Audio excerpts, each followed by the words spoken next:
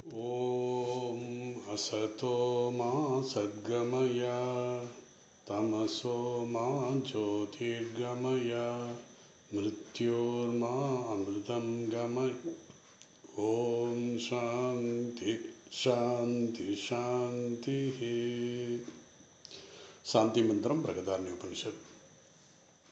ध्यान श्लोकं भगवद्गीता. ॐ प्रपन्नपारिजाताय स्तोत्रवेत्रैकपाणये ज्ञानविद्याय गीतां ॐ प्रपन्नपारिजाताय स्तोत्रवेत्रैकपाणये ज्ञानमुद्राय कृष्णाय गीतामृतदुहे नमः.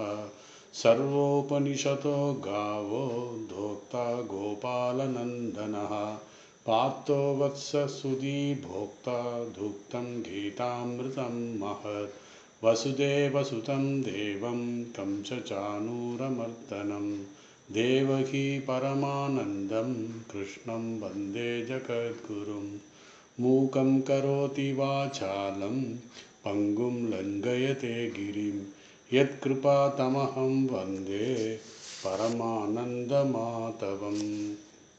பகவத்கீதை 9வது அத்தியாயம் ராஜவித்யா ராஜகுஹ்யம். அதில் 26வது ஸ்லோகத்தினுடைய 26வது ஸ்லோகம் ஆரம்பித்தோம், ஆனால் அது முடியலை இன்னும். பொதுவாக 26வது ஸ்லோகத்தில் நிஷ்காம பக்தர்களை பற்றி சொல்கிறாரு. நிஷ்காம பக்தர்களுடைய பக்தி எப்படிப்பட்டது, அதனுடைய பலன் என்ன, சகாம பக்தர்களை விட மிக எளிமையான பக்தி, அதே போல் அதிகமான பலனும் உண்டு அப்படிங்கிறத சொல்கிறார். ஏன்னா மனித வாழ்க்கையின் லட்சியம் பகவான் ராமகிருஷ்ணன் இறைவனை அடைவது. அது வேறு எந்த பக்தினாலும் அடைய முடியாது, நிஷ்காம பக்தியில் மட்டும்தான் அடைய முடியும். அதைத்தான் நாரத பக்தி சூத்திரத்துலேயும் சொல்லியிருக்காரு. பகவான் ராமகிருஷ்ணர் இந்த யுகத்தில் பக்தி தான் எளிமை அப்படிங்கிறதையும் சொல்லியிருக்காரு. ஸோ அதனால் இந்த பக்திக்கு 2 கோணம் அப்படிங்கிறத பார்த்தோம் நம்ம. ஒன்று பாவனை. ஸோ பாவனை தான் முக்கியம். பாவனையிலிருந்து மேனிஃபெஸ்டேஷன், வெளிப்பாடு, பாவனையினுடைய வெளிப்பாடு செயல்.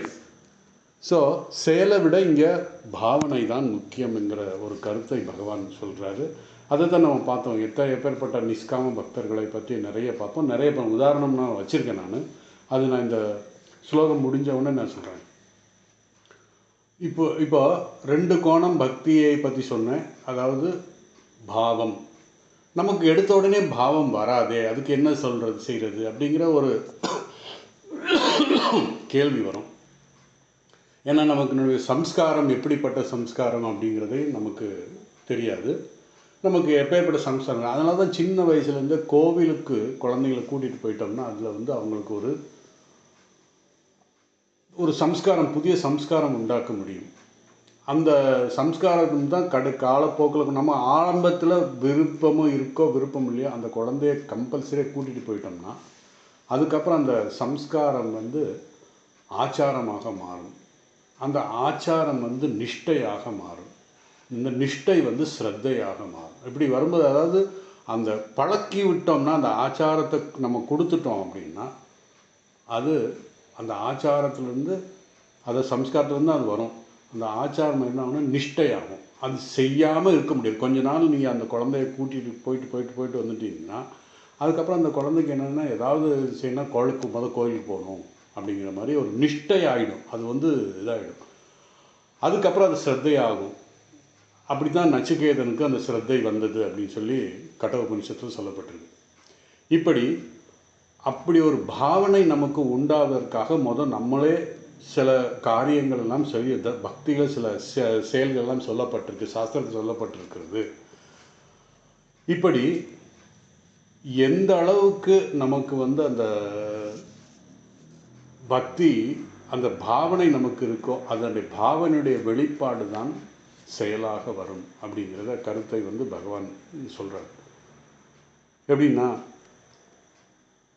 தியாகம் ரொம்ப முக்கியம்னு நம்ம பார்த்தோம். அதாவது பாவனை இருந்தால்தான் தியாகம் வரும். அந்த தியாகம்தான் செயலாக வெளிப்படுகிறது அப்படிங்கிற மாதிரி. தியாகம் பார்க்கணும். ஒன்றும் இல்லை, நம்ம வந்து பார்த்தோம் சபரி, அதாவது ராமாயணத்தில் சபரி வருது. அந்த சபரி எப்படிப்பட்ட ஒரு ஸ்ரத்தை, எப்படிப்பட்ட ஒரு பாவனை, எப்படிப்பட்ட ஒரு தியாகம், அதை நம்ம வந்து யோசிக்க மாட்டாங்கலாம். எப்படிப்பட்ட தியாகம் அப்படின்னா, ஸ்ரத்தை வந்துருச்சு. காரணம் அவருடைய குருநாதர் அவருக்கு சொன்னார், அதனால் அவங்களுக்கு ஸ்ரத்தை வந்துருச்சு. ஆனால் இந்த பாவனை எப்படின்னா, அவங்க அந்த குருநாதர் சொன்ன விஷயத்தில் அதே நினச்சி கண்டிப்பாக ராமன் உன்னை வந்து ராமபிரானை நீ சந்திக்க முடியும், சந்திப்பாய். நீ இந்த ராமநாமத்தை சொல்லிகிட்டே இருந்தேன்னா ராமன் ஒரு நாள் உன்னைக்கு வந்து சந்திப்பாய்ங்கிறது அந்த சபரி சொல்கிறது. சபரியோடைய குருநாதர் சொன்னது, ராம மந்திரத்தை கொடுத்துட்டு சொன்னார். ஸோ அந்த சபரி எப்படிப்பட்ட தியாகம், அந்த பாவனை மூலமாக எப்படிப்பட்ட தியாகம் வந்தது அப்படின்னு சொல்லலாம். நம்ம சபரி வந்து டெய்லி காலையில் அப்போ 92வது வயசு வரைக்கும், 92 93 வயசு வரைக்கும் காலையில் காலை கடன்கள் முடித்து விட்டு காட்டுக்கு சென்று சில பழங்கள், சில கிழங்குகள் எல்லாம் எடுத்துகிட்டு வருவார். வந்து ஒரு இலையை போட்டு ராமன் வருவார் அப்படின்னு சொல்லி வந்து விளக்கு ஏற்றி வச்சு அதில் வந்து தான் பறித்த பழங்களையும் இதையும் வச்சான். அது எப்படி வைப்பான்னா, அவள் சாப்பிட்டு பார்ப்பாள். சாப்பிட்டு எது ருசியாக இருக்கிறதோ அதை மட்டும்தான் வைப்பாள். அப்போ நமக்கு என்ன தோணும், என்னடா அது எச்சில் படுறது நல்லதா அப்படின்னு. அப்படி கிடையாது. இந்த சபரி எது எனக்கு ருசியாக இருக்கிறதோ அந்த ருசியை நான் தியாகம் சரி, எஸ் இது நல்லா ருசியாக இருக்குது, எனக்கு வேண்டியதில்லை, என்னுடைய அந்த தியாகம், நல்ல பொருளை, நல்ல பழங்களை தான் சுவைத்து, எஸ் இந்த சுவை தான் வேண்டும் அப்படின்னு சொல்லி அந்த சுவையை தான் மீண்டும் சுவைக்காமல் அதை அப்படியே ராமபிரானுக்காக வைக்கிறாங்க. அதுதான் அந்த தியாகத்தினுடைய இது. அது எப்படி வருதுன்னா, இந்த பாவனையிலிருந்து வரும். அதனால தான் இந்த நிஷ்காம பக்தர்களுக்கு வந்து பக்தி எளிதில் வரும், பலனும் அதிகமாக கிடைக்கும் அப்படின்னு நான் சொன்னேன். இந்த பாவனை நமக்கு அவ்வளவு எளிதில் வந்து விடாது. அதை வளர்த்துக்கொள்ள சில செயல்கள் பக்தியில் சொல்லப்பட்டிருக்கிறது. ஸ்லோகத்தில் பகவான் பக்திக்கு முக்கியத்துவம் எங்கே கொடுக்குறாருன்னா, பாவத்திலே தான் கொடுக்கிறார். பக்திக்கு முக்கியத்துவம் பாவத்தில் தான் கொடுக்கிறார். ஒரு பக்தன் பாவனையில் இப்பேற்பட்ட பொருள்களை கொடுத்தால் நான் ஏற்றுக்கொள்கிறேன் என்று பகவான் சொல்கிறார். எப்பேற்பட்ட நீங்கள் எப்படிப்பட்ட லட்சக்கணக்கில் கோடிக்கணக்கில் உண்டியலில் போட்டாலும் பாவனை இல்லைன்னா அது அவருக்கு ஒன்று தூசி, அது ஒரு இதுதான். அதே போல் இந்த பக்தி பாவனை, பக்தியுடன் மூலமாக பாவனை மூலமாக தியாகம், அந்த தியாகத்தின் மூலமாக சின்ன இலையை கொடுத்தாலும் அதை நான் அன்போடு ஏற்றுக்கொள்கிறேன். அவர் வந்து பக்தியைத்தான் பார்க்குறதுனால குவான்டிட்டியை பார்க்கல, உன்னுடைய குவாலிட்டி, உன்னுடைய மனதில் உள்ள பக்தியினுடைய குவாலிட்டியை தான் பார்க்குறாரு. பகவானுக்காக இந்த பக்தன் எந்த அளவுக்கு தியாகம் செய்ய தயாராக இருக்கிறான். அதனால்தான் பக்தி மிக எளிது அப்படின்னு சொல்கிறோம். எளிது ஏன்னா நிஷ்காம பக்தர்களுக்கு எளிது. தியாகம் மனதில் இருந்தால் பெரிய பெரிய பொருள்கள் எல்லாம் கொடுக்க வேண்டிய அவசியம் இல்லை. ஏன்னா இதெல்லாம் வந்து பகவானுடைய தானே, இது எல்லாமே பகவானால் ஆக்கப்பட்டது, பகவானுடைய இது. அதை வந்து நம்ம பொருள் நம்ம என்ன கொடுத்து என்ன பண்ண போகிறோம். பகவான் ராமகிருஷ்ணர் அன்னை சுவாமி சாரதானந்தர் இடத்துல சொல்லுவார், நம்ம வந்து பூஜை பண்ணுறது, சுவாமி பிரம்மானந்த் சொல்லுவார், நம்ம பூஜை பண்ணுறது எப்படி அப்படின்னா, நம்ம பூஜை பண்ணி பகவானுக்கு கொடுக்கணும்னு அவசியம் இல்லை. நம்ம வந்து பாவத்தை உண்டு பண்ணுறதுக்காக தான் இந்த பூஜையெல்லாம் கொண்டு வந்தாங்க. எப்படி அப்படின்னா, ஒரு தாய் தன்னுடைய குழந்தைக்கு, சின்ன குழந்தைக்கு, ஒரு 2 வயசு 1 வயசு குழந்தைக்கு சாப்பாடு விட்டுறா. எப்படின்னா, சாதம் நல்லா வேக வச்சு, அப்புறம் பருப்பு நெய் எல்லாம் போட்டு நல்லா அதில் மிக்ஸ் பண்ணி நல்லா செமி சாலிடாக கொடுப்பாள். அப்போ அது குழந்தை சாப்பிட்டுக்கிட்டு இருக்கும்போது அந்த குழந்தை நினச்சனா, அம்மா என்னை டெய்லி ஊட்டுறாங்க, நான் அம்மாவுக்கு ஊட்டணும் அப்படின்னு சொல்லிட்டு அதில் ஒரு 2 பருக்கை எடுத்து அம்மா வாயில் ஊட்டும்போது அம்மாவுக்கு எப்படி ஒரு சந்தோஷம். அந்த பாவனையை தான் பகவான் எதிர்பார்க்குறார் அப்படின்னு சொல்லி சொல்லுங்கள். அதனால் இந்த பாவனையோடு இருக்கின்ற தியாகத்தினால் பெரிய பெரிய பொருளை எல்லாம் கொடுக்க வேண்டிய அவசியம். நமக்கு தான் அது பெரிய பொருள், பகவானுக்கு ஒன்றுமே கிடையாது. அது அந்த பொருள்கள் கொடுக்க வேண்டியது அதை அடையாளமாக, அதாவது அந்த பக்திக்கும் தியாகத்திற்கும் அடையாளமாக நாம் கொடுக்கின்ற சின்ன இதை விட அவர் பெருசாக எடுத்துக்குவார். அதனால் நிஷ்காம பக்தர்களுடைய பக்தி எப்பேற்பட்டதுன்னா ரொம்ப எளிமையானது, ரொம்ப சீப்பாக இருக்கான பொருள்கள் கொடுத்தா போதும். அதுக்காக காசு இருக்குதுன்னு சொல்லிட்டு நம்ம வந்து கஞ்சத்தனம் பண்ணிவிட்டு அது பண்ணக்கூடாது, அப்படி பண்ணக்கூடாது. நம்ம உண்மையிலே தியாகம், எனக்கு எது பெஸ்ட்டாக இருக்கோ என்கிட்ட அதை நம்ம கொடுக்க தயாராக இருக்கணும். இந்த நிஷ்காம பக்தன் அவனு எதுக்காக நான் வச்சுக்க மாட்டான். காரணம் என்னென்னா, அதிக பொருள் இருந்துச்சு அந்த பொருள் மேலே மனசு போயிடும் அப்படிங்கிறதுக்காக அவர் என்னன்னா. அதனால் எப்போதும் பாவனை என்ற ஒன்று இருந்தால், அவருக்கு பாவனை என்ற ஒரு பொருள் இருந்தால், அதே பாவனை இருந்தால் போதும், பொருள்கள்லாம் அதிகம், அதெல்லாம் தேவையே இல்லை அப்படின்னா. அதனால தான் பக்தியோடு ஒரு துளி கண்ணீர் வெடித்தால் போதும் அப்படின்னு சொல்லி பகவான் சொல்கிறார். அதே ராமகிருஷ்ணர் சொல்கிறாரு, மக்கள் குடம் குடமாக கண்ணீர் வடிக்கிறார்கள். எதுக்கு? மனைவிக்கும் மக்களுக்கும் பொருளுக்குமாகத்தான். ஆனால் ஒரு துளி பக்தி, ஒரு துளி நீர் எனக்காக பக்தி பூர்வமாக செய்தால் அதுவே போதும் அப்படின்னு சொல்கிறார். இப்போ வந்து ஸ்லோகத்தில் பார்த்தோம்னா, பத்திரம் பலம் தோயம் யோமே பக்தியா பிரயச்சதின்னு வருது முதல்ல. பத்திரம்னா இலை. இலைன்னா இந்த இலைன்னு தான் கிடையாது, எந்த இலையாச்சிலும் அவங்க பாவனை தான் முக்கியங்கிறதுக்காக அந்த பத்திரம் இலை, எந்த இலையானாலும் எடுத்துக்கலாம். அதே போல் புஷ்பம் பூக்கள். பூக்கள் நம்ம பார்க்குறோம், எப்படியாவது ஒரு சின்ன பூவாச்சும் இருக்கத்தான் செய்யும். ஸோ அந்த பூ, பத்திரம் பழம். அப்புறம் இப்போ புஷ்பம் பழம், பழம்னா பழம். அந்த பழம் அப்படின்னா என்ன பழம், நமக்கு எது கிடைக்குதோ, எது நம்மக்கிட்ட இருக்கோ அதுக்கு எதுவுமே கிடைக்கல, இந்த மூணும் கிடைக்கலையா, தண்ணீர், தோயம் இல்லாமல் தண்ணீர் இல்லாமல் நம்ம இருக்க முடியாது. அதனால் தண்ணீர், அதை தண்ணீர் இவைகளை கொண்டு படைக்கலாம், நான் அன்போடு ஏற்றுக்கொள்கிறேன். அது சொல்கிறார். அடுத்து சொல்கிறாரு, யோமே பக்தியா பிரயச்சரி. இந்த இடத்துல அந்த பக்தியா பிரயச்சரி தான் முக்கியம். பிரயச்சரின்னா கொடுக்கிறேன், ஏற்றுக்கொள்கிறேன் அப்படின்னா அர்ப்பணிக்கிறேன் அப்படின்னு அர்த்தம். கொடுக்கிறேன், அதை அர்ப்பணிக்கிறேன்.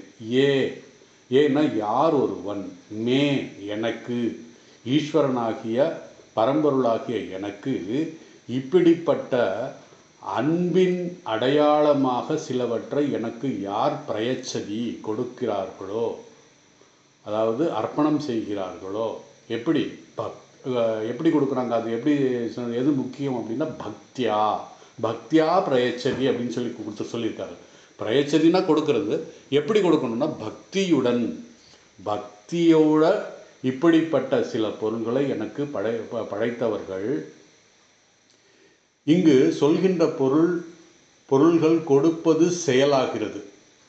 பக்தி என்பது பாவனை, அதாவது பக்தியோடு அதை நாம் அந்த பக்தி என்ற இது பாவனையாக வந்து அதை கொடுக்க தயாராக இருக்கின்ற அந்த பக்தன், பக்தி மட்டும் இருந்தால் போதும். அதனால தான் பக்தி மட்டும் இருந்தால் நமக்கு தெரியாது வெளியே, அது பாவனையாக இப்படி அந்த செயலாக வரும்போது சில பொருள்கள் தேவைப்படுகிறது. ஸோ பக்தி மட்டும் இருந்தால் போதும், அந்த பக்தியை வெளிப்படுத்துவதற்குத்தான் சில செயல்கள், அந்த செயல்கள் மூலமாக பொருள்கள் கிடைக்கிறது.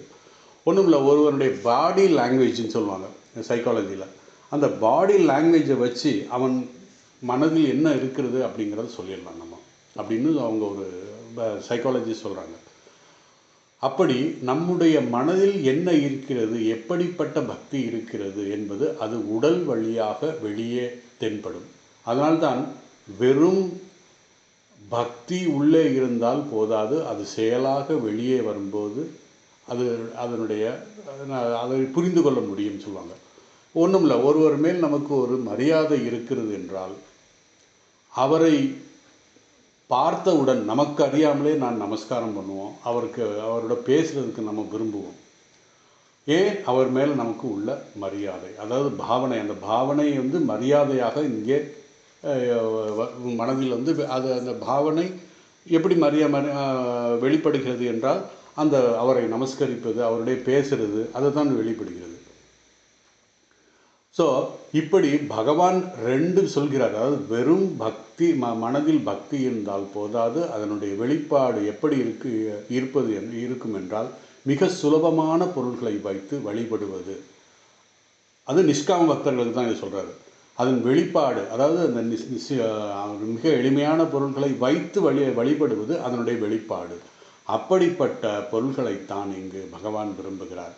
செகண்ட் லைனில் பார்த்தீங்கன்னா, இப்படிப்பட்ட தூய்மையான மனதுடன் பக்தி உணர்வுடன் கொடுக்கிறார்களோ, யார் ஒருவன் தூய்மையான மனதுடன் பக்தி உணர்வுடன் கொடுக்கிறானோ அதை நான் ஏற்றுக்கொள்கிறேன்.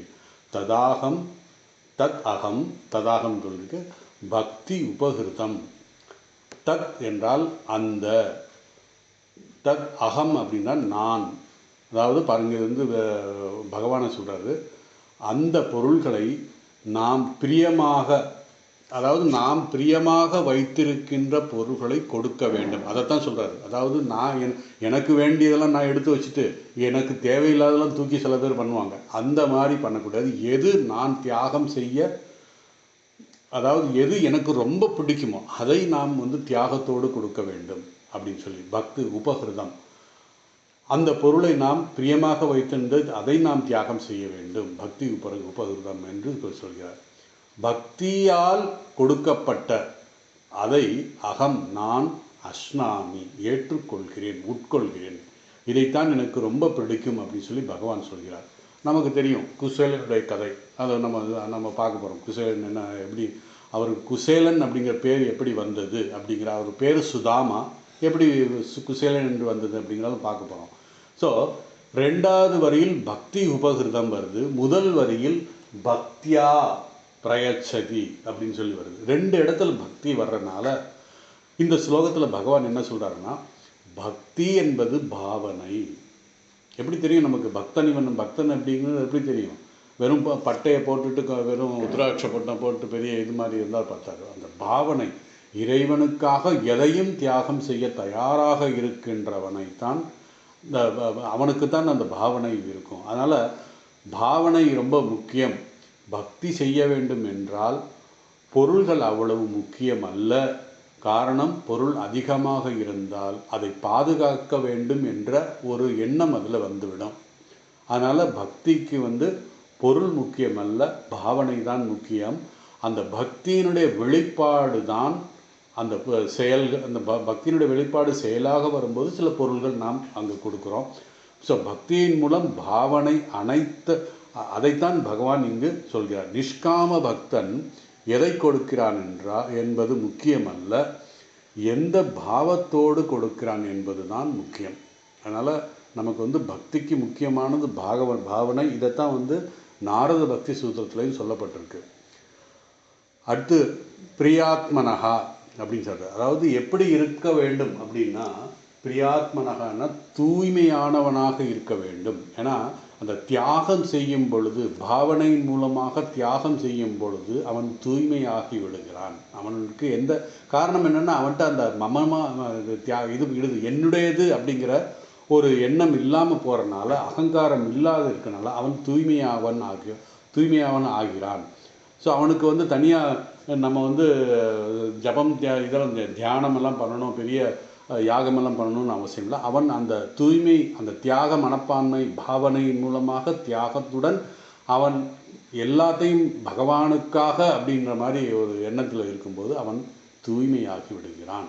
அதைத்தான் பிரியாத்மனகா அந்த மனது. இப்படிப்பட்டவர்களுடைய பொருள்களை நான் ஏற்றுக்கொள்கிறேன். ஆகவே இந்த நிஷ்காம பக்தனுடைய செயலும் பாவனையும், அதாவது பாவனையும் இருக்கும். அந்த பாவனையின் வெளிப்பாடு தான் செயலாக இருக்கும். அதைத்தான் பகவான் இங்கு சொல்கிறார். இப்போ இந்த ஸ்லோகத்தினுடைய சில உதாரணங்கள் பார்ப்போம்.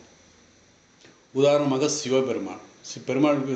பெருமாளுக்கு தான் நிறைய ஆஃபரிங்கெல்லாம் இருக்கும். சிவபெருமானுக்கு பெரிய ஆஃபரிங்கெல்லாம் இருக்காது. நம்ம பார்த்துருப்போம், சில கோயிலெல்லாம் பார்த்துருப்போம். இந்த சிவபெருமானுக்கு வேண்டியது என்னென்னா வில்வ இலை. அந்த வில்வ இலையை கூட ஃப்ரெஷ்ஷாக இருக்கணும்னு அவசியம் இல்லை. காரணம் என்னென்னா, வின்டரில் எக்ஸாம்பிள் இந்த பனிலிங்கம் அங்கே அந்த இதிலெல்லாம் குளிர் பிரதேசத்துலெல்லாம் கடும் குளிர் காரணமாக இந்த வில்வ இலைலாம் வராது. அப்போ என்ன பண்ணுவாங்கன்னா, அந்த வில்வ இலையை வந்து கிடைக்கும்போது எடுத்து வச்சு காய வச்சு அதைத்தான் அந்த சிவபெருமானுக்கு அதை நெய்வேத்தியம் பண்ணுவாங்க. ஸோ காய வைத்த அந்த இலையை கடுமையான குளிர் காலத்தில் அதை சிவபெருமானுக்கு ஆஃபர் பண்ணுவாங்க. இப்படி அதை சிவபெருமானை அன்புடன் ஏற்றுக்கொள்கிறார். ஏன்னா ஆனந்தமாக அந்த காய்ந்த இலையை ஏற்றுக்கொள்கிறார்னு ஒரு இடத்துல சொல்லப்படுது. ஒருவேளை காய்ந்த வில்வ இலை கிடைக்கவில்லை என்றால் சிறிது தண்ணீர் போதுமானது. ஒருவேளை தண்ணீர் கொண்டு வர பாத்திரம் நான் கொண்டு போகவில்லைன்னா அதுக்கும் எக்ஸம்ஷன் இருக்குது. எப்படின்னா, வாயிலே கொண்டு போய் சிவபெருமானுக்கு அபிஷேகம் பண்ணலாம். நம்ம என்ன எச்சின்னு நினைக்கிறோம், அந்த இடத்துல பாவனை தான் பார்க்குறாரு பகவான். எந்த அளவுக்கு பக்தி பாவனை வரும் பொழுது அதெல்லாம் அந்த உச்சிஷ்டதை, அதாவது அந்த எச்சில் பட்டது அப்படிங்கிறதெல்லாம் பறந்து போயிடுது அப்படிங்கிறத சொல்கிறாரு. ஸோ வாயில் எடுத்து வச்சு இதுதான் யார் பண்ணாது? கண்ணப்ப நாயனார் பண்ணார். அதை தான் சொல்கிறாரு. அந்த இடத்துல வந்து இப்படி தான் அப்படிங்கிற ஒரு நியமமெல்லாம் கிடையாது. அது வாயில் எடுத்துக்கொண்டு போய் அபிஷேகம் செய்யலாம். அதை சிவபெருமான் அன்புடன் ஏற்றுக்கொள்கிறார். அவருக்கு தேவையானது தூய்மையான பக்தி ஒன்றே. நம்ம பார்த்துருப்போம், கேலண்டரில் லக்ஷ்மி தேவி இருப்பாங்க. 2 பக்கமும் 2 பானை ஃபுல்லாக தங்க காசு இருக்கும், 2 பக்கமும் 2 யானை இருக்கும். அந்த யானை தன்னுடைய தும்பிக்கையிலேருந்து தண்ணி ஊற்றி தேவிக்கு அபிஷேகம் பண்ணிகிட்டு இருக்கோம், பார்த்துருக்கோம். இப்போது இந்த தும்பிக்கை அப்படிங்கிறது என்ன? அதை எடுத்து சாப்பிட்றது தானே. அப்போ அதுக்கு எச்சில்னு சொல்ல முடியுமா? கிடையாது. பக்தி தான் இங்கு முக்கியம். தூய்மையான, அதனால தான் கேலண்டர் அப்படி போடுறாங்க. தன்னுடைய தூய்மையான பக்தியின் மூலமாக அந்த தும்பிக்கையிலிருந்து நீரை எடுத்து அபிஷேகம் செய்கிறார் அப்படிங்கிறத இந்த ஸ்லோகத்தில் பகவான் சொல்கிறார். அதுக்கப்புறம் கண்ணப்ப நாயனருடைய இது நமக்கு எல்லாருக்கும் தெரியும். கண்ணப்ப நாயனார்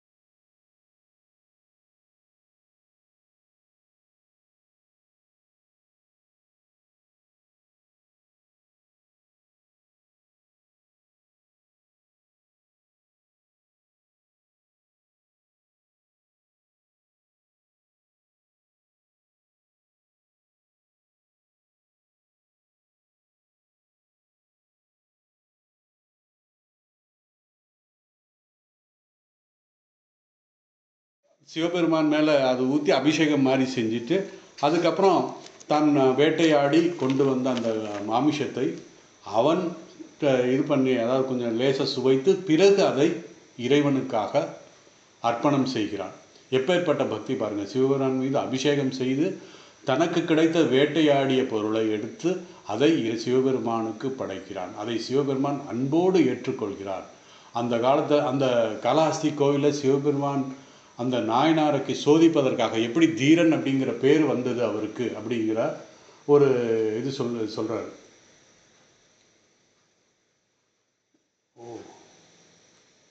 அந்த தீரன் அப்படின்னு எப்படி இருந்ததுன்னா, ஒரு நாள் அந்த நாயனாரை, அதாவது கண்ணப்ப நாயனை சோதிப்பதற்காக என்ன பண்ணார், கோவிலில் இருக்கும் பொழுது அர்ச்சகர்கள்லாம் கோவிலில் இருக்காங்க, எல்லாம் பக்தர்கள்லாம் இருக்காங்க.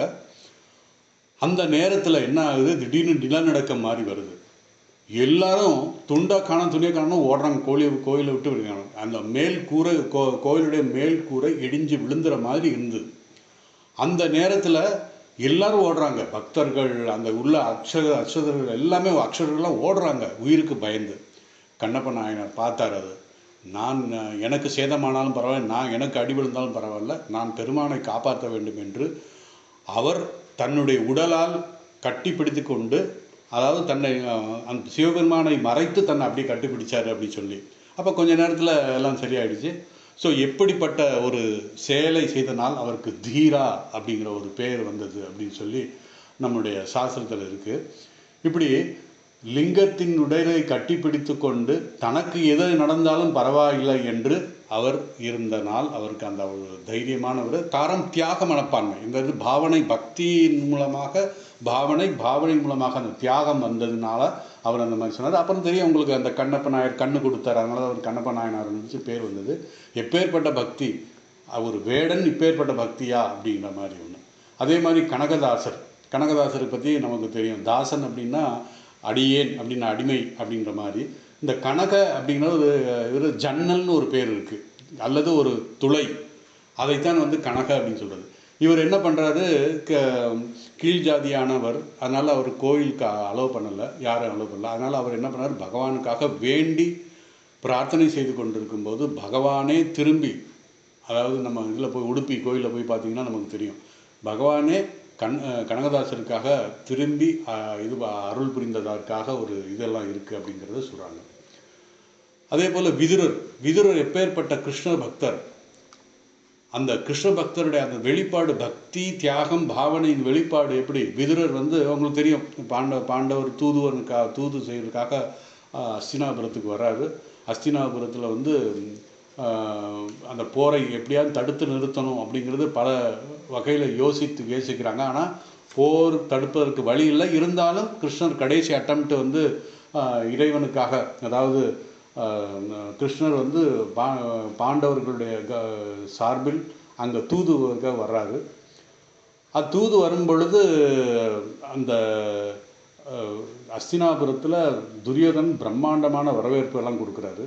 அதுக்கப்புறம் அவர் சொல்கிறாரு, நீங்கள் இங்கேயே தங்கி இருக்கணும் அப்படின்னு சொல்லி கேட்குறாரு. அப்புறம் அவர் சொல்கிறாரு, நான் தூதுவனாக வந்திருக்கிறேன், தூதுவனாக வந்தனால நான் இங்கே தங்க முடியாது, உன்னுடைய உபச்சாரங்களெல்லாம் ஏற்றுக்கொள்ள முடியாது. நீ ஒருவேளை நான் வந்த செயல் வெற்றி பெற்றால் அதுக்கப்புறம் நீ கொடுக்குறத நான் ஏற்றுக்கிறேன் அப்படிங்கிற மாதிரி சொல்லிட்டு, நான் விதுரர் வீட்டில் தங்க போகிறேன் என்று விதுரர் வீட்டுக்கு போகிறார். விதுரர் மிக சிறந்த பக்தர், கிருஷ்ண பக்தர். அதே நேரத்தில் அவருடைய மனைவியும் மிக சிறந்த பக்தை. கிருஷ்ணர் போகும்போது விதுரர் இல்லை வீட்டில்.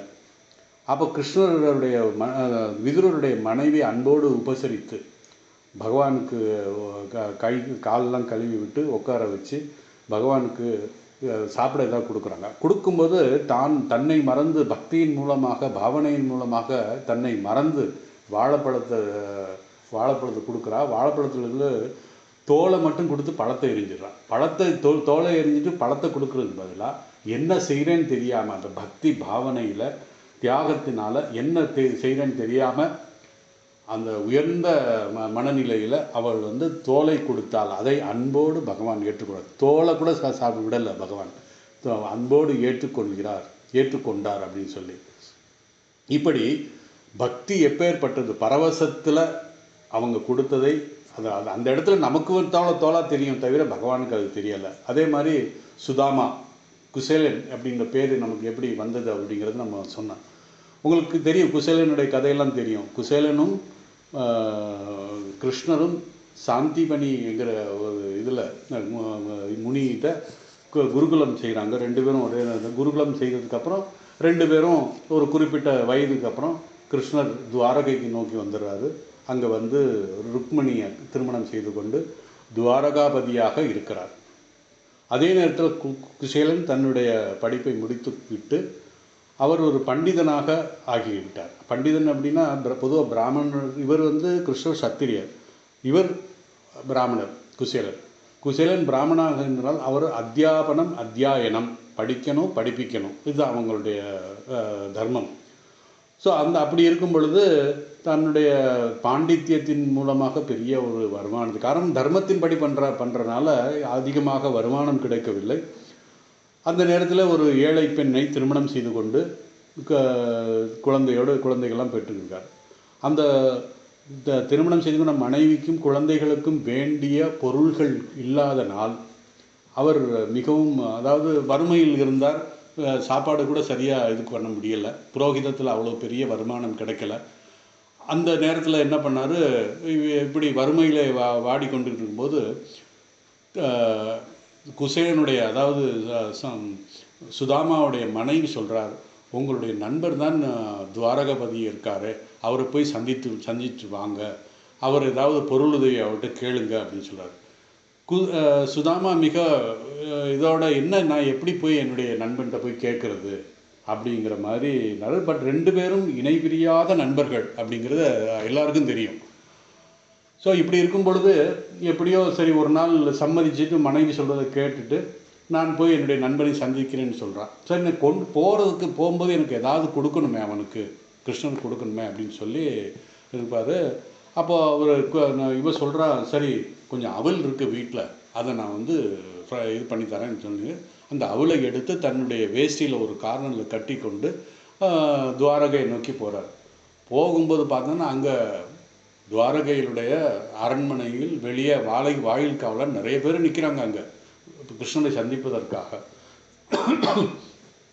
இப்போ பெரிய பெரிய ராஜாக்கள்லாம் வந்திருக்காங்க, எல்லாம் நிற்கிறாங்க. இந்த கூட்டத்தில் நான் போய் என்னை யாரும் மதிக்க போகிறா அப்படின்னு சொல்லி ரொம்ப வருத்தத்தோடு இருக்கும்போது அரண்மனையிலிருந்து கிருஷ்ண பெருமான் அவரை பார்க்குறாரு, குசேலன் பார்க்குறாரு. ஆஹா என்னுடைய நண்பன் வந்திருக்கிறான் அப்படின்னு சொல்லி உடனே வாயிற்காவலன்டா சொல்லி நீ அவனை உள்ளே அனுப்பு அப்படின்னு சொல்லி இப்போ உள்ளே வர்றார். இத்தனை பேர் நிற்கிறாங்க, அவங்கெல்லாம் வெயிட்டிங் லிஸ்ட்டு. உள்ளே வந்தார். உள்ளே வந்த உடனே சுதாமா நெருங்கிய நண்பன் அப்படின்னு சொல்லி ருக்மணிகிட்ட இன்ட்ரடியூஸ்லாம் பண்ணி வச்சுட்டு அவருக்கு உட்கார வச்சு தான் இருக்கின்ற அந்த இருக்கையிலே இந்த சுதாமாவை உட்கார வச்சு, உங்களுக்கு தெரியும் இந்த கதையெல்லாம் தெரியும், அவருக்கு வேண்டிய சம்ரட்சணை எல்லாம் பண்ணி அவருக்கு இதெல்லாம் கொடுத்தாரு அப்படின்னா. கடைசி கேட்டார் கிருஷ்ணர், அவருக்கு வேண்டியதெல்லாம் செஞ்சுட்டு எனக்கு நீ என்ன கொண்டு வந்தாய் அப்படின்னு கேட்டப்போ ரொம்ப சங்கோஷப்பட்டு, காரணம் இங்கே தங்கத்தட்டில் எவ்வளோ விதவிதமான சுவையான உணவையெல்லாம் கொடுத்து கடைசி இவன் போய் இந்த அவில போய் கேட்குறானே இவன் அப்படின்னு சொல்லி, அதுவும் தன்னுடைய அந்த துணி, அதாவது குசேலன் என்ற பேர் ஏன் வந்தன்னா துணி கந்தல் துணி தான் இருக்குமா, அவ்வளோ வறுமை. அந்த கந்தல் வேஷ்டியில் அந்த அவலை கட்டினா அதை கேட்குறானே அப்படிங்கிற மிக வருத்தத்தோடு அதை கொண்டு வந்ததை கொடுக்குறாரு. கொடுக்கும்போது மிக ஆனந்தமாக பகவானுக்கு என்ன வேண்டியது, பக்தி பாவனை தானே வேணும்.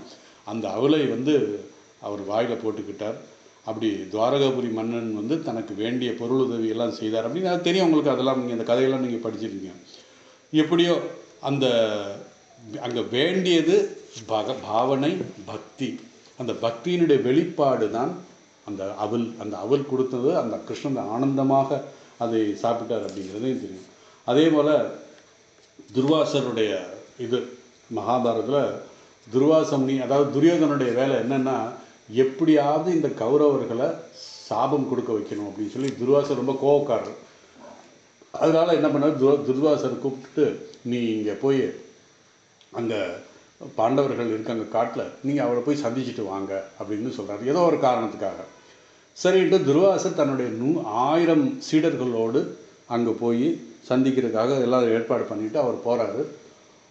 போயிட்டு அவர் போகிறதுக்கு முன்னாடி சொல்கிறாரு, திரௌபதி நான் துர்வாச முனி அவரோட ஒரு 1000 சிஷ்யர்கள் வராங்க, எல்லாருக்கும் உணவு பரிமாறணும், நாங்கள் போய் குளிச்சுட்டு வரோம் அப்படின்னு சொல்லி எல்லாம் ஆத்தங்கரைக்கு போகிறாங்க. இந்த அம்மா வந்து மதிய சாப்பாடு எல்லாம் முடிஞ்சு அந்த பாத்திரம், அக்ஷய பாத்திரம் இருக்கு இல்லையா, அந்த அக்ஷய பாத்திரத்தில் எதுவுமே இல்லை, அதை ஆல்மோஸ்ட்டு கழுவி வைக்கலை, அந்த மாதிரி தான் வந்து அந்த பாத்திரத்தை ஒன்றுமே இல்லை. ஐயோ இவ்வளோ துர்வாச முனி நினைச்சாலே பயமாக இருக்குது, அவர் பெரிய கோவக்காரர், அது கூட ஒரு 1000 பேர் வர்றாங்க, எப்படி இதை சமாளிக்க போகிறேன்னு கிருஷ்ணா அப்படின்னு சொல்லும்போது பகவான் வர்றாரு, கிருஷ்ணன் வர்றாரு.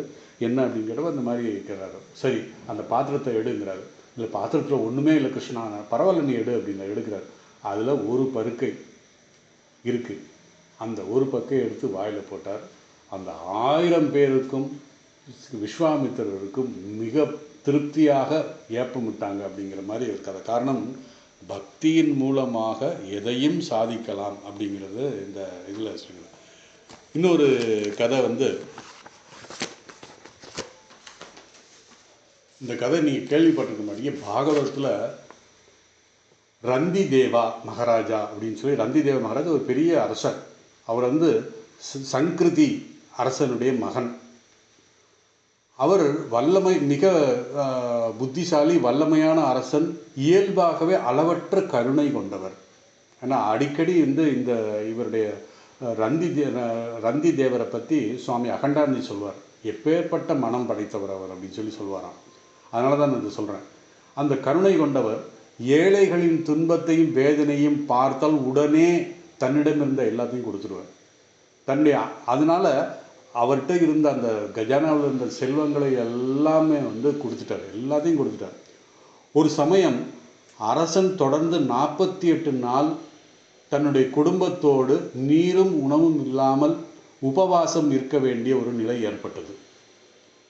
பசி மற்றும் தாகத்தால் வாடியதால் அந்த அரசனுடைய உடல் உறுப்புகள் எல்லாம் நடுங்க தொடங்கியது.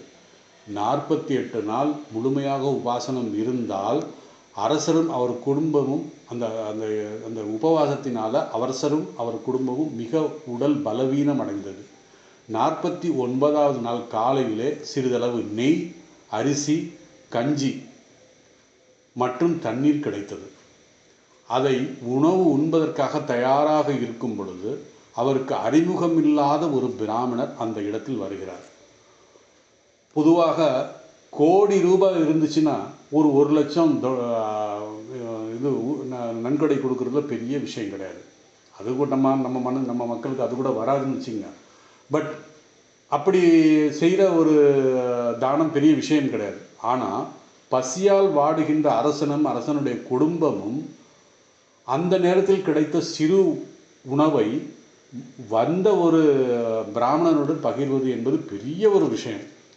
இருந்தாலும் அந்த ரந்தி தேவர் எல்லாருடையும் இறைவன் குடிகொண்டிருக்கிறான், எல்லாருடைய மனதிலும் உடலிலும் இறைவன் குடிகொண்டிருக்கான் என்ற இதில் பசியால் வாடுகின்ற அந்த பிராமணரை அழைத்து மரியாதையுடன் பணிவுடன் தான் வைத்திருந்த உணவில் ஒரு பங்கை அளித்தார். ஸோ அரசனுடைய விருந்தோம்பல் அங்கே நடந்தது. பிராமணனும் திருப்தியோடு ஆசீர்வாதம் செஞ்சுட்டு போயிட்டார். அந்த பிராமணர் சேவை முடிஞ்சதுக்கப்புறம் அரசர் மீதி உள்ள உணவை தன் குடும்பத்துடன் பகிர்ந்து கொள்ள தயாராக இருக்கும் பொழுது ஒரு சூத்திரன் அங்கே வந்தான். அவன் சொல்கிறான், நான் சாப்பிட்டு 2-3 நாள் ஆயிடுச்சு, ஹரியை மனதில் வைத்து கொண்டு நான் பாடுகிறேன் அப்படின்னு சொல்லி அந்த மாதிரி ஒரு பிக்ஷைக்கு வர்றாங்க. ஸோ அரசன் அவரும் சிவபெருமானை நினைத்து ஹரியை நினைத்து கொண்டு அவன் மீதமிருந்த அந்த பங்கு உணவை அளித்தார். அதற்கிடையில் அது ஒரு பங்கு போயிடுச்சு. இப்போ மொதல் பங்கு இவருக்கு போயிடுச்சு, அந்த பிராமணருக்கு. ரெண்டாவது அந்த சத்திரி இது போயிடுச்சு, சூத்திரனுக்கு போயிடுச்சு. அடுத்து ஒருத்தர் வர்றான். அவர் ஒரு 4-5 நாயோடு அங்கே வர்றாரு. வரும்போது அவரும் மிக தாழ்ந்த ஜாதியை சேர்ந்தவன். அவன் அந்த நாய்க்கும் எனக்கும் பசி தீர உணவு அளிக்க வேண்டும் என்று யாசித்தான், கேட்டான். அப்போ அந்த பக்தியுள்ள அரசன் அவனிடம் மிகுந்த கவனத்துடன் மரியாதையுடன் வரவேற்று மீதமிருந்த முழு உணவை அவர்களுக்கும் அந்த நாய்களுக்கும் அர்ப்பணித்து வணங்கினான். எப்பேற்பட்ட ஒரு இது பாருங்க. இப்பொழுது அவரிடம் இருக்கக்கூடியது வெறும் தண்ணி மட்டும்தான், உணவெல்லாம் போயிடுச்சு. ஸோ அந்த தண்ணியையாவது குடிக்கலாம் அப்படின்னு நினைத்து கொண்டிருக்கும் போது அங்கே ஒரு பறையன், அதாவது மிக தாழ்ந்த ஜாதி சேர்ந்த பறையன் ஒருவன் வந்தான். அவன் சொன்னான், மிகவும் பரிதாபமான குரலில் வேண்டினான், ஓ மகாராஜா, நான் மிகவும் களைப்புற்று உள்ளேன், தாழ்ந்தவன் எனக்கு, நான் அசுத்தமானவன், என்னை கருணுடன் பார்த்து குடிக்க சிறிது தண்ணீர் கொடுத்து அருளுங்கள் அப்படின்னு கேட்டான் அந்த நேரத்தில். ஸோ அந்த பறையனுடைய குரலை கேட்டு இறங்கி அந்த அரசன் தான் சோர்வடைந்து இருந்ததையும் பொருட்படுத்தாமல் ஆழ்ந்த கருணையுடன் தான் வைத்திருந்த அந்த அமுது போன்ற அந்த தண்ணீரை அவனுக்கு கொடுத்தார். இப்படி தன்னிடமிருந்த எல்லாவற்றையும் கொடுத்து இந்த உயிரை காத்தான், மற்றவனிடமெல்லாம் உயிரை காத்தான். அவன் தான் இந்த அரசன் அப்படிங்கிற சுவாமி அகண்டானந்தர் சொல்கிறார், எப்பேற்பட்ட தியாகம் இது! எல்லாருடைய மனதிலும் இறைவனை கண்டு இப்படி ஒரு தியாகம் செய்கின்ற அந்த ரந்தி தேவர் அரசன், அவரிடம் இருந்த அந்த, அதாவது ரந்தி தேவர் துன்புறும் மனித குலத்தின் மீது கொண்டிருந்த கருணை, எப்பேற்பட்ட கருணை! 48 நாள் ஒன்றும் அன்று ஆகாரம் இல்லாமல் இருந்து 49 நாள் கிடைத்ததை எப்படி பகிர்ந்தான். அந்த மனித குலத்தின் மேல் அவருக்கு இருந்த அந்த கருணை எப்பேற்பட்ட அன்பு! அந்த அன்பின் 1 கோடியில் 1 பங்கு எனக்கு இருந்தாலே போதும் அப்படின்னு சொல்லி அவர் அகண்டானந்தர் சொல்கிறார். அதாவது அப்போ அந்த கருணை எப்படிப்பட்டதுன்னா, இவர் கோடியாக பார்க்குறார். அந்த கோடியில் 1 பங்கு எனக்கு இருந்தாலே நான், அதாவது எதுக்கு இதை சொல்கிறாருன்னா, அவர் அந்த முர்ஷிதாபாத்தில் அந்த நிவாரண பணி செய்யும் பொழுது அவருக்கு எதுவுமே இல்லை அவர்கிட்ட. அதுக்கப்புறம் தான் எல்லாம் இறைவன் அருளால், பகவான் ராமகிருஷ்ணனுடைய அருளால் எல்லாம் பணமும் வந்தது, எல்லாம் பொருள்கள்லாம் வந்தது. ஸோ அப்போ வேண்டிக்கிட்டது தான், அந்த கருணை எனக்கு வேண்டும் அப்படின்னு சொல்லி அந்த இடத்துல அந்த நந்தி தேவர்களுடைய எப்பேற்பட்ட தியாகத்தை பற்றி அவர் சொல்றார். அதே போல பகவான் ராமகிருஷ்ணனுடைய சீடை இது அமுதமொழிகள் அது இருக்குது, நீங்கள் படிச்சிருக்கீங்க. ஒரு பெண் மிகுந்த வறுமையில் வாழ்ந்து வந்தார். ஆனால் ராமகிருஷ்ணன் மேல் மிகுந்த பக்தி கொண்டிருந்தார். அவர் அவ்வப்போது தட்சிணேஸ்வரத்துக்கு வந்து குருதேவரை தரிசிப்பாள். அவள் வரும்போது பல பக்தர்கள் ராமகிருஷ்ணனுக்காக விதவிதமான காணிக்கைகளையும் பொருள்களையும் பழங்களையும் இனிப்புகளையும் கொண்டு வந்து கொடுப்பார்கள். அதை பகவான் அன்போடு ஏற்றுக்கொள்வார். ஒரு நாள் இந்த ஏழை பெண் ராமகிருஷ்ணனுக்காக தானும் ஏதாவது செய்ய வேண்டும் என்று விரும்பி தான் வைத்திருந்த சேமிப்பினுடைய 3/4 பங்கை எடுத்துக்கொண்டு அந்த தெருவில் இருக்கின்ற அந்த ரசகுல்லா, ஒரு 4-5 ரசகுல்லா வாங்கிட்டான். ஏன்னா அவள் ரொம்ப ஏழை, பணமே இல்லை. தான் வைத்திருந்த அந்த பணத்தை வைத்து கொண்டு இதெல்லாம் வாங்கினான். அந்த சாலையோரத்தில் கடையிலே இருக்கின்ற அந்த சிறு ரசகுல்லாக்களை எல்லாம் வாங்கினான். வாங்கிட்டு நேராக தட்சிணேஸ்வரம் கோயிலுக்கு வந்தான். ராமகிருஷ்ணனை சந்திக்க வந்தும்போது அங்கே பார்த்தா பக்தர்கள் பல வகையான சுவையான உணவுகளை, மிக ரிச் ஃபுட் அப்படின்னு சொல்கிறாங்க இல்லையா, அந்த மாதிரி விதவிதமான உணவுப் பொருட்களை, பழங்களை கொண்டு வந்து அர்ப்பணித்து கொண்டிருக்கிறார்கள். பகவான் ராமகிருஷ்ணர் ஏதோ சமாதியில் இருக்கிறாரு. அதெல்லாம் பார்க்குறாரு.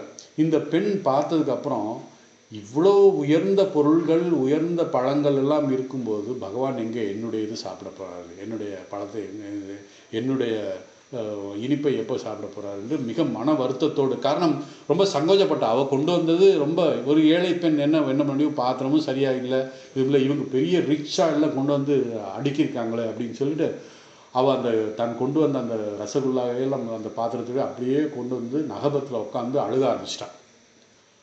இறைவா, நான் என்ன போய் செய்வேன், நான் என்கிட்ட கொடுக்குறதுக்கு இதுதான் இருக்கு அப்படின்னு சொல்லி ஒரு நகபத்தில் ஒரு மூலையில் உட்காந்து, தட்சிணேஸ்வரம் நகபத்தில் ஒரு மூலையில் உட்காந்து பாட ஆரம்பிச்சிட்டான், அழுக ஆரம்பிச்சிட்டான்.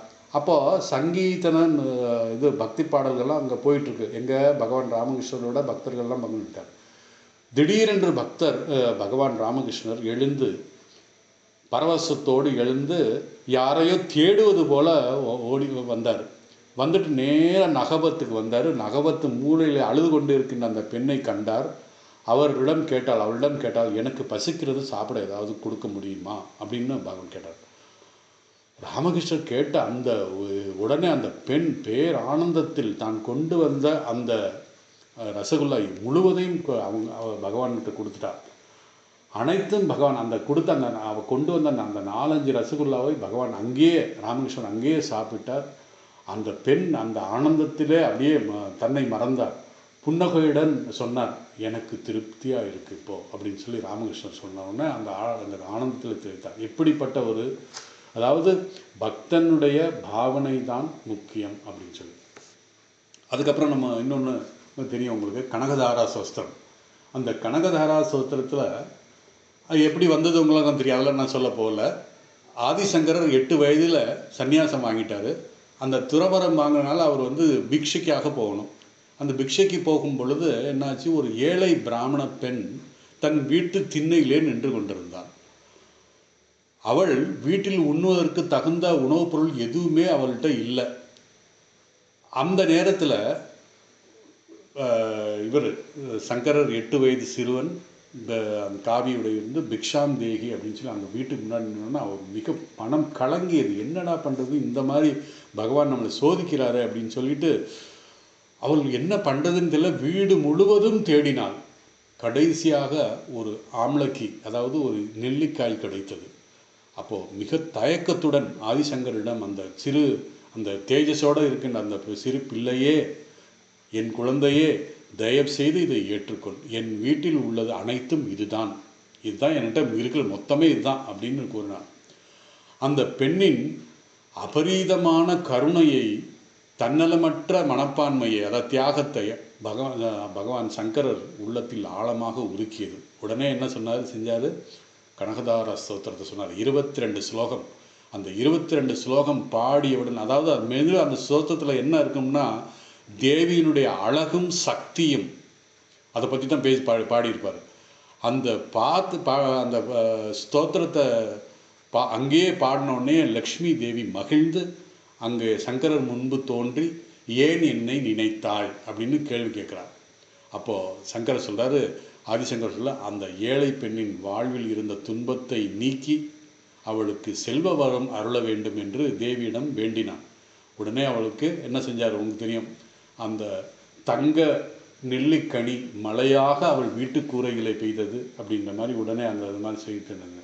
ஸோ பக்தியினுடைய வெளிப்பாடு எப்படி இருந்தது, அந்த பக்தன் நிஷ்காம பக்தன் எப்பேற்பட்ட ஒரு பேறு பெற்றிருக்கிறான் அப்படிங்கிறதுலாம் இந்த ஸ்லோகத்தில் சொல்லுது. அதுவும் 27வது ஸ்லோகம், அடுத்த ஸ்லோகம் 27வது ஸ்லோகம், அதுவும் வந்து நிஷ்காம பக்தனுடைய பலனை சொல்கிறார். நிஷ்காம பக்தன் எப்பேற்பட்ட பலனை அடைவான் அப்படிங்கிறத சொல்கிறாரு.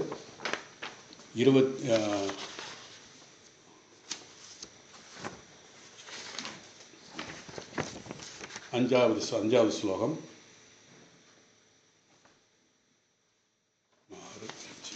சாரி 27வது ஸ்லோகம்.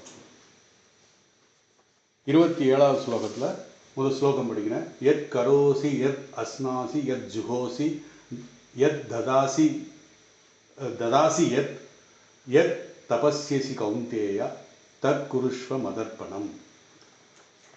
அதாவது இந்த இடத்துல இந்த ஸ்லோகத்தில் முக்கியமாக பகவான் என்ன சொல்ல வர்றாருன்னா, பக்தியும் கர்மமும் வேறு வேறு அல்ல அப்படிங்கிறத சொல்கிறார். ஏன்னா பக்தியினுடைய பரிணாமம் எப்படி ஆகும் அப்படின்னா, இப்படி தான் கடைசியாக எதை செய்தாலும் இறைவனுக்கு அர்ப்பணம் செய்து, அது நம்ம வந்து நம்ம 3வது ஸ்லோகத்திலே, இந்த 3வது அத்தியாயத்திலே நம்ம பார்த்துருக்கோம். கர்மயோகத்தை சொல்லும் பொழுது நாம் செய்கின்ற கர்மம் எல்லாவற்றையும் ஈஸ்வர அர்ப்பண புத்தியோடு அர்ப்பணம் செய்ய வேண்டும்.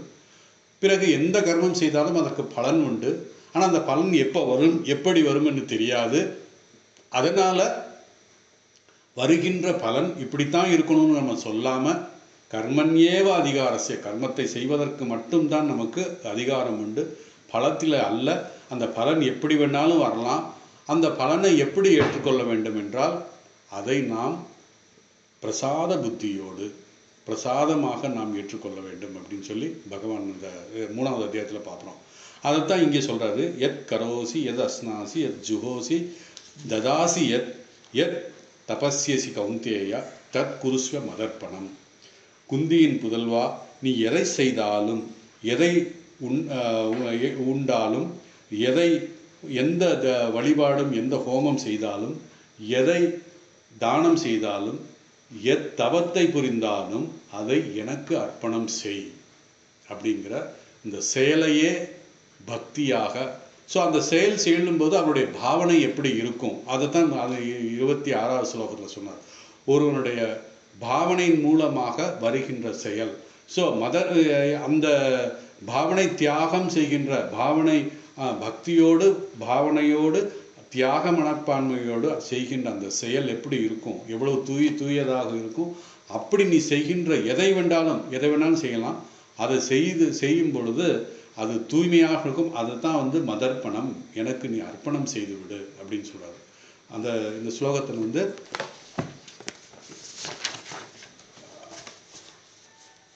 இந்த ஸ்லோகத்தில் பக்தியுடைய விளக்கம், அதாவது பக்தியினுடைய விளக்கம் நம்ம வந்து 12வது அத்தியாயத்தில் பார்க்க போகிறோம். இதில் பக்தி கொஞ்சம் விரிவாக பகவான் சொல்கிறார். பக்தி நீ எதை எல்லாம் செய்கிறாயோ அது எனக்கு செய்வதாக நினைத்து செய், அர்ப்பணமாக செய். அதைத்தான் நம்ம வந்து அர்ப்பண புத்தியோட செய்யணும்னு சொல்கிறோம். ஒரு குறிப்பிட்ட செயல் பக்தியாக அமையும். இங்கு என்ன சொல்கிறார் என்றால், நீ எதையெல்லாம் செய்கிறாயோ அவை அனைத்தும் எனக்கு அர்ப்பணமாக செய்யும்போது அதே பக்தி ஆகிறது. ஸோ இந்த செயலே பக்தி அப்படிங்கிற மாதிரி ஆயிடுது. இந்த ஸ்லோகத்தில் பகவான் கர்மயோகத்தையும் பக்தி யோகத்தையும் ஒன்றே, வேறு வேறு அல்ல என்பதை தெளிவாக சொல்கிறார். கர்மயோகத்தில் எல்லா செயலும் ஒரு பாவனையுடன் ஈஸ்வர அர்ப்பண புத்தியுடன் செய்ய வேண்டும். அந்த கர்மத்தின் பலனை எப்படி எடுத்துக்கொள்ள வேண்டும் என்றால் பிரசாத புத்தியோடு எடுத்துக்கொள்ள வேண்டும் என்று நம்ம ஏற்கனவே 3வது அத்தியாயத்தில் பார்த்துட்டோம். இங்கு பகவான் சொல்கிறார் அப்படிப்பட்ட கர்ம யோகமே பக்தி, பக்தி யோகம் என்கிறார். உண்மையில் கர்மயோகத்தையும் பக்தி யோகத்தையும் பிரித்து பார்க்க முடியாது. ஒரு கர்மயோகி தான் பக்தனாக இருக்க முடியும். ஒரு பக்தன் தான் சரியான கர்மயோகியாக இருக்க முடியும். கர்மம் சரியாக செய்ய முடியும். அவனால் தான் சரியான கர்மம் செய்ய முடியும். நான் கர்மயோக இருக்கிறேன், கர்மயோகியாக இருக்கிறேன், ஆனால் பக்தனாக இருக்க விரும்பவில்லை என்று சொல்ல முடியாது அப்படின்னு சொல்றாரு. ஆனால் சிலர் வந்து நான் பக்தன்னு சொல்லிட்டு கோவிலில் போய் சோம்பேறித்தனமாக உட்காந்துருப்பாங்க, தூங்கிட்டு இருப்பாங்க. அவர்கள் நான் பக்தன் அப்படின்னு சொன்னார். காரணம் அது அவர்கள் பக்தர்கள் அல்ல. காரணம் அவர்கள் கர்மம் எதுவும் செய்வதில்லை. சரியான பக்தர்கள் சரியான யோகிகளும் ஒன்றுதான், அதை பிரிக்க முடியாது என்று பகவான் இந்த ஸ்லோகத்தில் சொல்கிறார். ஸ்லோகத்தின் பொருளை பார்ப்போம். யத் கரோஷி, யத் கரோஷி என்றால் செய்கிறாயோ, யத் என்றால் எதை செய்கிறாயோ, எதையெல்லாம் நீ செய்கிறாயோ. அப்புறம் யத் அஸ்னாசி, எதை நீ உண்கிறாயோ, எதை நீ சாப்பிடுகிறாயோ. அடுத்து யத் ஜுஹோசி, என்னென்ன யாகம் யஜ்யம் என்னென்ன வழிபாடு செய்கிறாயோ. அதுக்கப்புறம் யத் ததாசி, எதையெல்லாம் தானமாக செய்கிறாயோ. அதுக்கப்புறம் யத் தபசி, எந்த வகையான தபங்களை எல்லாம் நீ செய்கிறாயோ. அப்பெல்லாம் சொல்லிட்டு கௌந்தேயா, ஏ அர்ஜுனா, தத் குருஷ்வ, அதை செய், அதை செய்வாயாக. எப்படி செய்வாயாக? மதர்ப்பணம், எனக்கு என்னை நினைத்து அர்ப்பணம் செய்வாயாக. இந்த ஸ்லோகத்தில் எதையெல்லாம் செய்கிறாயோ, எதையெல்லாம் சாப்பிடுகிறாயோ, எதையெல்லாம் யாக யஜ்ஞங்கள் செய்கிறாயோ, எந்தெந்த தானம் செய்கிறாயோ, அதை அனைத்தும் எனக்கு அர்ப்பணமாக செய். அப்படி செய்தால்தான் பக்தி. இப்படியெல்லாம் பகவானுக்கு நான் அதை செய்கிறேன் என்று நினைப்பவன் நிஷ்காம பக்தன். அதாவது நம்ம எதை செய்தாலும் அது நான் பகவானுக்காக செய்கிறேன் என்று நினைப்பவன் தான் அந்த நிஷ்காம பக்தன். இங்கு யத் கரோஷின்னு எடுத்துக்குவோம். இந்த சொல் என்ன சொல்கிறதுன்னா, எந்த செயல், அதாவது பொதுவாக செயல் அப்படின்னு சொல்லும்போது நம்ம கொஞ்சம் இதை ஆழ்ந்து யோசிக்க வேண்டும். இந்த செயல், சில செயல் நம்முடைய நேச்சர், சுபாவத்திலிருந்து வரும், உடலிலிருந்து வருகின்ற சில செயல். உதாரணமாக பண்ணோம்னா, காலையில் எந்திரிச்ச உடனே ப்ரஷ் பண்ணுறோம், அதுக்கப்புறம் குளிக்கிறோம், அப்புறம் கோயிலுக்கு போகிறோம், அல்லது வீட்டிலேயே ப்ரேயர் பண்ணுறோம். இது பண்ணுறதெல்லாம் உடலிலே வருகின்ற செயல்கள். இது நமக்கு யாரும் சொல்ல வேண்டிய அவசியம் இல்லை. இது ஒரு வகையான செயல் எப்படி என்றால், எப்படி வருகிறது என்றால் அது சுபாவத்தோடு வருகிறது, சுபாவத்தின் அடிப்படையில் வருகின்றது. இன்னும் சில செயல் சாஸ்திரம் சொல்கின்ற வகையில் வருகிறது. சாஸ்திரம் சொல்கின்றது என்ன? நீ இந்த கர்மங்கள்லாம் செய்யணும், அதாவது சந்தியாவதம் செய்யணும், அப்புறம் இந்த கர்மம் தாய் தந்தையர்களுக்கும் இந்த கர்மங்கள் செய்யணும், குழந்தைகளுக்கு இருந்தால் குழந்தைகள், மனைவிக்கு செய்ய வேண்டிய கர்மம், இப்படியெல்லாம் சில இதெல்லாம் சுபாவமாகவும் இருக்கும், சில சாஸ்திர ரீதியாகவும் இருக்கும். சந்தியாவதம் செய்கிறதெல்லாம் சாஸ்திரத்தை சொல்லப்பட்டிருக்கிறது. இப்படி சாஸ்திரத்தக சுபாவத்தக அப்படின்னு சொல்லி 2 வகையான கர்மங்கள் இருக்கிறது. நாம் சாதாரணமாக காலையில் எழுந்து கொடுப்பதெல்லாம் சுபாவத்தக. சாஸ்திரங்கள் சொல்கின்றது இதை செய்யணும் அதை செய்யணும்னு சொல்றது, அது சாஸ்திரத்தக. இப்படி 2 வகையான.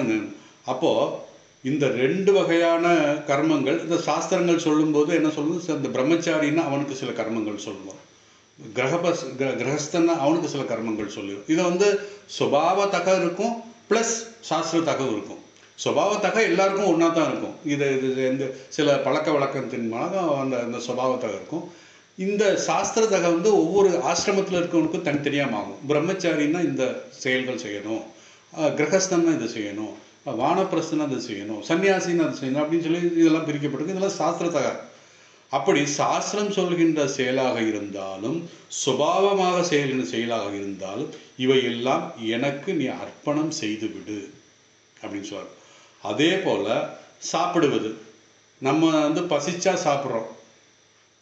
அதே போல் சாஸ்திரம் சொல்கின்ற சில உணவு இருக்கு, இதைத்தான் சாப்பிடணும் அப்படிங்கிற மாதிரி. அதாவது பசித்தால் சாப்பிடுவது வேற, சாஸ்திரம் சொல்கின்ற கோவிலுக்கு போகணும்னா இப்படி பண்ணணும், இப்படி இந்த மாதிரியான உணவுகள்லாம் சாப்பிடணும், கோவிலுக்கு போனால் பிரசாதம் கிடைக்கும், அதெல்லாம் சாஸ்திர ரீதியாக வருகின்ற உணவுகள்.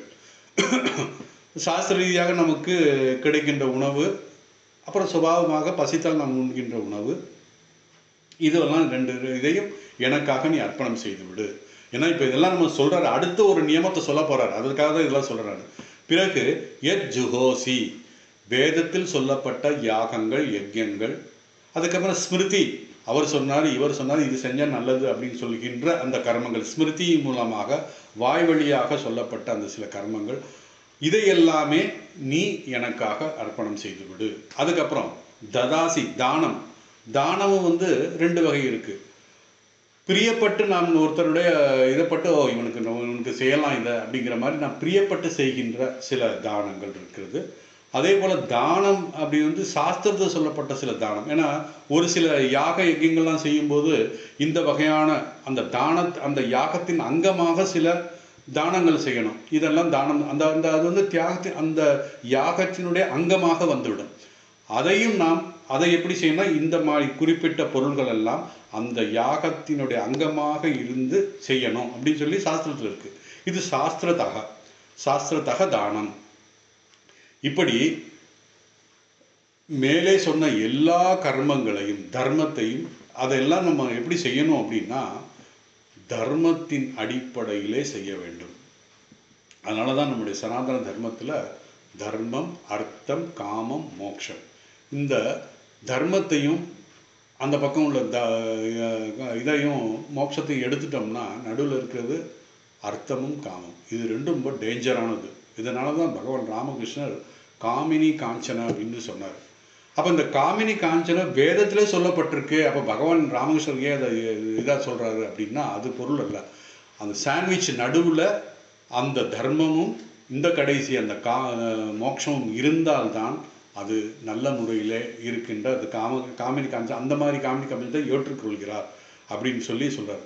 அதனால் முதல் நியமம் என்றால் எந்த செயல், எந்த சாப்பாடு இதாக இருந்தாலும், எந்த தானமாக இருந்தாலும், எந்த வழிபாடாக இருந்தாலும், எந்த யஜ்யமாக இருந்தாலும் அவைகள் எல்லாம் தர்மத்தின் அடிப்படையிலே இருக்க வேண்டும் அப்படிங்கிற ஒரு வார்த்தை பகவான் சொல்கிறாரு.